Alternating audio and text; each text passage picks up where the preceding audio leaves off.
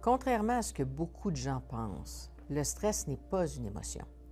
C'est une réaction physiologique et psychologique qui survient quand on fait face à une menace réelle ou perçue. L'émotion peut donc déclencher le stress.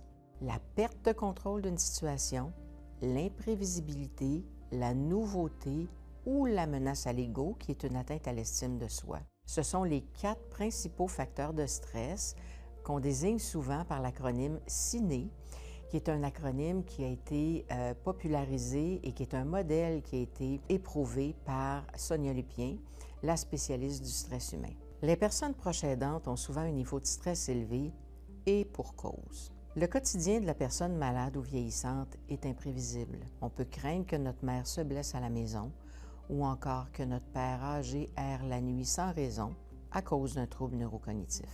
Être proche aidant, c'est devoir constamment s'adapter à toutes sortes de situations nouvelles. C'est attendre après des services et même parfois se battre pour des soins ou des services de base. C'est tout sauf reposant, sans compter les émotions fortes qui se vivent en parallèle, comme la tristesse, la culpabilité, le sentiment d'être inadéquat, ce qui est une menace à l'ego. Le stress, ça tire énormément d'énergie.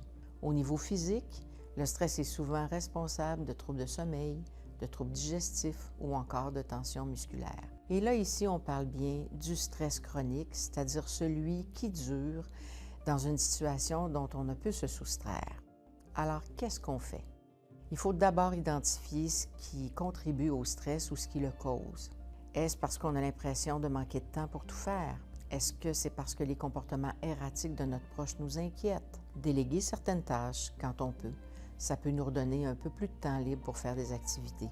Se renseigner sur la maladie, ça peut aussi nous faire comprendre que certaines réactions ou certains comportements sont involontaires.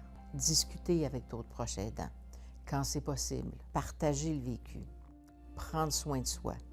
On le dit, on le répète, mais c'est vrai, avoir de bonnes habitudes de vie, comme faire de l'exercice, s'oxygéner, avoir un sommeil suffisant, réparateur et une alimentation équilibrée, ça aide à mieux gérer notre stress. Les relations, ça agit comme un facteur de protection en santé mentale, puis on bénéficie toujours d'une oreille attentive et de l'empathie d'un proche.